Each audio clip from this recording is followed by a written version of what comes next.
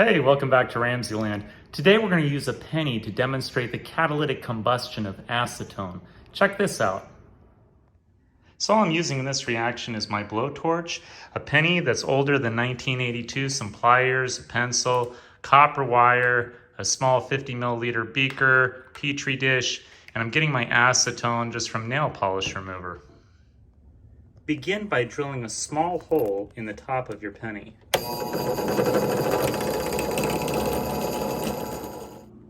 Once you've drilled a hole through your penny, put your copper wire through it and bend it back a few times. The next step is to bend your copper wire around the midpoint of your pencil so it can balance over the top of your beaker. Make sure there's a little room for your acetone beneath the penny. You want to measure this out so your penny doesn't actually touch the acetone. The next step is to add your acetone. So you want this to be close to the penny but not touching it. So I'm going to probably put about 15 milliliters of acetone in here. You want the vapors to reach the penny but not the acetone itself. Now of course acetone is flammable. So if at any point during this experiment your acetone catches on fire, just put your petri dish over the top of it to take away the oxygen and snuff the fire. Okay, the next step is to heat up your penny. Use your blowtorch for this. And you want your penny to get red hot. But you don't want to melt your penny.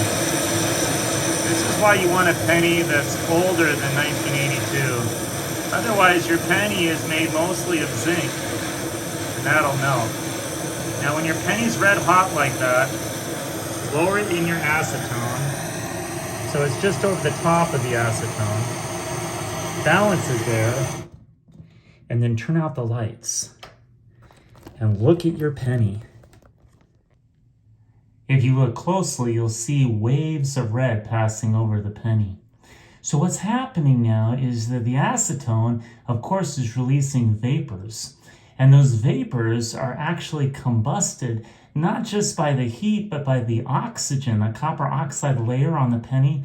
That's introducing oxygen to the vapors of acetone that are rising. And as those vapors hit the penny, it cools the penny down, but then the heat and the oxygen layer on the penny immediately combust those vapors, and they break down into ketones and methanes, and of course, carbon dioxide and water. And that combustion on the surface of the penny turns it red again. So the penny will never cool down as long as there's acetone there for the penny to catalyze.